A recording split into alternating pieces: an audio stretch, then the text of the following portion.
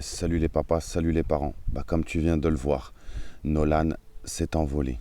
Et je vous raconte comment je l'ai mis en place si vous aussi vous êtes concerné par l'éloignement géographique volontaire. Alors ça fait un peu moins de 3 ans que j'ai repris contact avec mon fils. Car les procédures c'est long. Et on reviendra longuement dessus. Aujourd'hui on se concentre sur ce que mon fils a fait tout seul. Et le père que je suis ne peut être que fier de l'enfant qu'il est. Alors, sa maman m'avait demandé de faire à quelques reprises l'aller-retour avec le TGV. Je l'ai fait plus souvent qu'à mon tour. Et je lui ai demandé à maintes reprises de mettre en place le service accompagnement, soit avec Air France, soit avec la SNCF. C'est des services qui sont faits pour nous, pour les parents qui vivent loin les uns des autres. Bien évidemment, elle refusait. Je pense qu'elle refusait, pas pour le confort de son enfant, parce qu'elle l'aime, mais je pense qu'elle refusait parce que c'était les frais de déplacement liés à l'enfant sont à sa charge à elle. Et que quand je ramène Nolan et quand je vais le chercher, ça lui coûte que 8 euros. Donc, je peux comprendre. Bien évidemment, je ne crédibilise pas, mais je peux comprendre. Cette année, le ras-le-bol a été plus. J'ai essayé de le mettre en place. J'en ai parlé par mail avec elle, avec son contrôleur judiciaire. J'en ai parlé à maintes reprises. Aujourd'hui, cette année, j'ai pris les devants. Je l'ai prévenu. J'ai jamais rien fait dans son dos et c'est pas demain la veille que ça commencera. Donc je l'avais prévenu quand mon ex-compagne a fait monter notre enfant le 1er août et qu'il est venu, il n'est pas arrivé avec elle, il est arrivé à Paris accompagné de sa copine, sa Tata Eco Plus comme j'aime à l'appeler. Et je lui avais envoyé le billet d'avion avec le service accompagnement. Il va de soi que lors des appels visio, elle me disait « Nono, il a peur, il a beaucoup d'appréhension et ainsi de suite ». J'en ai pris, j'en ai laissé. Et quand mon fils, enfin, a été avec moi, j'en ai parlé avec lui, tout simplement. Je lui ai dit, dès le 1er août et que je l'ai récupéré, je lui ai dit, Nono, il faut qu'on aille à l'aéroport, il faut que tu vois tout ce qui va se passer. Et pour le coup, il y a plein d'enfants qui le font, et t'es pas moins courageux que les autres. Je l'ai testé, parce que j'étais prêt à m'asseoir sur une centaine d'euros et quand même l'emmener. J'étais prêt à ça. Donc j'ai tout essayé. J'ai essayé la grande roue pour voir s'il avait peur des manèges. Parce que j'ai aucun retour, moi j'apprends à le connaître mon petit bébé. À ma plus grande surprise, il avait peur, mais parce que moi j'avais peur. Moi je déteste les manèges. Et il a confié à ma compagne que c'était pas. Il avait pas peur. C'est juste qu'il voulait faire comme papa. Donc voilà, ça s'était réglé. Il a pas d'appréhension. Je lui ai proposé, je lui ai dit Nono, si tu veux, on va à l'aéroport et on va poser des questions. Il s'en battait les reins, mais complètement. Jusqu'à la veille, il avait absolument pas peur. Donc ce jour J, ce 28 août, on arrive à l'aéroport et là il y a plein d'enfants. Genre 6 enfants qui voyageaient tout seuls, comme lui. Et qui faisaient Caen, Nice. J'interpelle immédiatement une jeune fille. Elle devait avoir, je pense, entre 8 et 9 ans. Et je lui demande, comme Nono il était avec moi, je lui dis, tu voyages tout seul aussi? Elle me dit oui. Sa maman, elle me dit, moi je le faisais quand j'avais son âge. Donc elle me dit, c'est super bien fait, rassurez-vous, ils sont chouettes, ils s'ennuient pas et puis c'est très rapide. Faut savoir que Nolan a vécu énormément d'allers-retours en TGV. Et le TGV Paris-Nice, c'est 6 heures. Plus le RER, comme je l'ai déjà dit à maintes reprises. Donc, d'ailleurs, j'avais fait une vidéo où je vous fais suivre tout mon périple. Aller-retour dans la journée, pour ma part, plus de 12 heures de TGV, plus les transports. Enfin, une galère sans nom. Mais je parle pas de moi, c'est pas moi qui suis concerné, c'est vraiment mon enfant. Et cette envie que j'ai de raccourcir le temps de trajet entre lui et moi pour essayer de ne pas le dégoûter. Donc quand on est arrivé à l'aéroport, pour tous ceux qui seront concernés, On a rempli une petite feuille, son nom, mon nom, le numéro de sa maman, le nom de sa maman pour qu'elle puisse le récupérer à l'aéroport. Il a dû voyager avec sa carte d'identité que je n'avais jamais eue auparavant parce qu'elle bloquait à tout. Donc cette année, enfin je l'ai eu parce que j'ai dû passer par des mails, son contrôleur judiciaire, laisse tomber la galère pour avoir une carte d'identité. Je l'ai quand même obtenue. Donc j'avais fait mes réservations, ils ont imprimé le ticket. Enfin, Air France, leur service, il n'y a rien à dire. Rien à dire. La dame nous a pris en charge, on s'est dit au revoir. On s'était promis, Nono et moi, de ne pas pleurer, de ne pas trop avoir d'émotions parce que c'était pas des adieux, mais bel et bien des au revoir. Il a été très très courageux. Je l'ai vu passer la douane. Ils ont jeté un coup d'œil vite fait dans sa valise, mais il voyageait avec 3 fois rien, donc pas grand chose à contrôler. Je l'ai vu, quand on est sorti, je l'ai vu sur le tarmac se diriger vers l'avion. Et puis après, c'était sa petite épreuve à lui. Je tiens à dire que c'est la première fois que Nolan prenait l'avion. Je voulais le faire avec lui, hein. Mais les dates à laquelle je proposais de faire l'aller-retour en avion avec lui, à sa maman, ne lui convenaient pas. Elle m'a dit « je travaille » et soi-disant ses parents ne pouvaient pas récupérer Nolan à l'aéroport quand je pouvais y aller. Tout était fait pour que ça ne se fasse pas. Mais encore une fois, je ne voulais pas reculer. Je ne voulais pas reculer parce que ça représente 1h30 d'avion contre plus de 9 heures par les transports. Le choix, il est vite fait quand même. À son arrivée, sa maman m'a pas appelé tout de suite, hein. Elle a récupéré Nono et elle m'a appelé une bonne heure après. Je suis resté 3 minutes, comme à son habitude, avec lui au téléphone. Et il m'a dit c'était trop super. Test très concluant. Nolan, pour le motiver, je lui ai dit Nono, si ça se passe bien, ça veut dire qu'on peut s'arranger maintenant avec maman et pourquoi pas que tu viennes les week-ends. Tu pourras venir quand il y a des week-ends où il y a 3 jours dans l'année. On a des week-ends où il y a 3 jours, et je pourrais essayer de m'arranger avec sa maman, si toutefois elle le veut bien, pour qu'il fasse l'aller-retour. Et c'est super rapide, quoi. Quand tu penses que pour aller à l'aéroport à Paris, il nous faut 2 heures avec les bouchons, le périphérique. Enfin, pour tous ceux qui le vivent, tu sais que je dis vrai.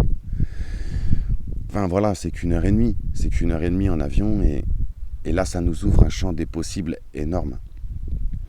Aujourd'hui, moi, je m'apprête à essayer de négocier avec sa maman mes vacances. Parce que j'aimerais le voir sur moins longtemps, s'il le faut, mais plus souvent, pour suivre son évolution. Parce que quand tu vois que je le vois aux vacances scolaires, mais entre chaque vacances scolaires, là, entre les dernières vacances scolaires et le mois d'août, il y a eu 3 mois. 3 mois, c'est long. Laisse tomber l'apprentissage du petit loulou. La dernière fois que je l'ai vu, il assimilait la lecture et l'écriture. Aujourd'hui, il écrit super bien. Il vient de finir le CP, il passe en CE1. Il est même rentré en CE1. Et à ma plus grande surprise, au zoo, on a partagé une vidéo. Il lit super bien. Mais super bien. Des noms qui sont super compliqués. Son évolution, elle est juste titanesque. Il passe de bébé à enfant, à une vitesse sans précédent. Enfin, je suis raide dingue amoureux de mon enfant, comme vous tous, hein. Et aujourd'hui, si je vous fais vivre mes péripéties, c'est parce qu'on est beaucoup à vivre ça. Et que le service accompagnement, ça met beaucoup de choses. Oui, nos enfants, c'est chiant qu'ils voyagent tout seuls, c'est stressant, c'est ennuyant. Je te fais cette vidéo, ça fait 1 semaine, jour pour jour, qu'il est parti. Et ma tête n'arrive pas à assimiler qu'il est parti parce que j'ai toujours fait l'aller-retour. Et c'est compliqué. Mais pour lui, c'est un tel confort. C'est un tel confort. Et puis il se sent grand, il se sent... C'est un test, tout ce qu'il y a de plus concluant. Tiens, je vais te faire afficher un gros pouce là, un gros pouce parce que ça a été très très dur à mettre en place et je suis absolument pas déçu et mon fils n'est absolument pas dégoûté.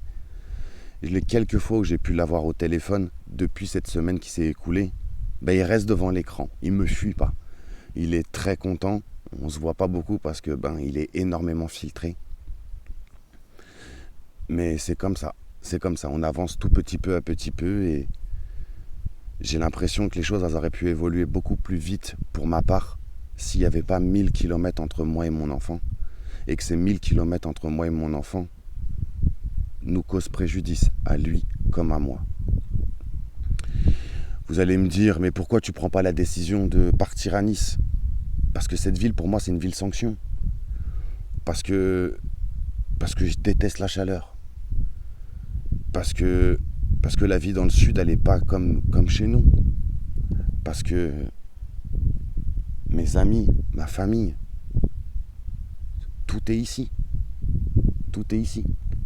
Et c'est ça l'équilibre d'un homme. C'est ses amis, sa famille. Quand je vois que j'essaye de m'intégrer dans une ville comme Caen, dans le Calvados, et que c'est super dur, au travail c'est super dur parce que t'es un Parisien, que tu parles la banlieue, que tu vis la banlieue, que t'arrives avec ton crâne rasé et ton wesh wesh yo attitude. Et je me dis, dans le sud, ça doit être encore plus galère d'essayer. Quand je vois que Christian,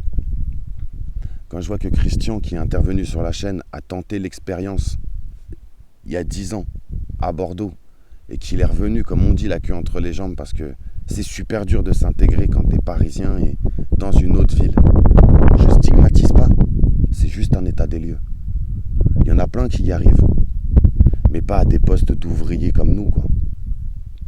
Si t'occupes un poste à responsabilité, je pense que les choses elles doivent être beaucoup plus faciles. C'est juste une pensée, hein. Si bien évidemment je dis des conneries et que tu n'adhères pas, tu le mets dans les commentaires. Le but, il est que ça soit constructif. En tout cas, voilà. Aujourd'hui, je voulais juste vous parler du service accompagnement. Et c'est un super service. Et sincèrement, ça devrait être beaucoup plus abordable pour nous, les parents qui sommes loin, très très loin de notre progéniture. Je vous le conseille. C'est super bien fait. C'est réellement très très bien fait. Tu reçois des textos, l'avion a bien décollé. Tu reçois des textos, l'avion a bien atterri. Ah, petite guêpe. Sincèrement, je vous le conseille et ça nous rapproche de nos enfants. Et si on peut éviter de faire 6 heures de TGV contre 1h30 d'avion, j'ai envie de te dire signe des deux mains. Signe des deux mains. Enfin voilà, c'était juste un petit récit, un petit retour. J'ai enfin réussi à mettre en place le service accompagnement. J'espère que ça sera fait à nouveau de l'autre côté. En tout cas, je compte bien continuer. Demander à nouveau un jugement pour que ça soit inscrit. Parce que c'est bien joli sur un jugement de mettre que les frais de déplacement liés à l'enfant sont à la charge du parent qui a choisi d'aller vivre ailleurs. Mais ce qui serait bien, c'est de mettre sur ce même jugement le comment l'enfant vient. Et c'est ce que je vais tenter de faire. Donc voilà, c'était juste un tout petit récit. Je suis fier de mon enfant, comme vous tous, hein. Mais j'avais juste envie de le dire en vidéo. Je suis fier de toi, mon bébé. Je suis trop fier de toi. Pardon, tu n'es plus un bébé. Je suis fier de toi, mon jeune homme. Je suis fier de toi. Avec énormément de courage, tu as pris pour la première fois l'avion. Avec énormément de courage, tu as su me rassurer. Tu n'avais pas envie de te séparer de moi. Et pour autant, t'as lâché mon cou, t'es parti à la douane et tu as fait ton petit bonhomme de chemin. Qu'est-ce que je suis fier de toi, mon amour. Voilà, c'était juste un petit message pour toi, Nono. Et pour vous, abonnés de la chaîne YouTube Juste Papa. Si vous vivez comme moi l'éloignement géographique et que toi aussi tu prends le TGV et que toi aussi tu fais des allers-retours et que financièrement c'est pesant, la fatigue et tout ce qui s'ensuit, le stress, l'angoisse, je t'invite vraiment à tenter le service accompagnement. Je vous rappelle à toutes et à tous que pour beaucoup d'entre nous, nous sommes toujours titulaires de l'autorité parentale. Et c'est pas que des mots. Nous sommes les parents de nos enfants, même si on vit à énormément de kilomètres. Et des fois, que l'autre parent ne le veuille pas, Ça ne veut pas dire qu'on ne doit pas le faire. C'est aussi notre rôle à nous, deux parents, envers l'autre parent, de tenter des choses. Et pour ma part, je continuerai à proposer, à tenter, dans le seul but, le seul et unique but, que mon fils continue à avoir ce lien avec moi, que ce lien qu'on a lui et moi en ce moment devienne une relation. Et à tous, je vous souhaite sincèrement de pouvoir vivre ce que j'ai vécu, ce que je commence à vivre. Et merci. Merci du fond du cœur pour tous vos commentaires. Merci de participer. Et à très très bientôt.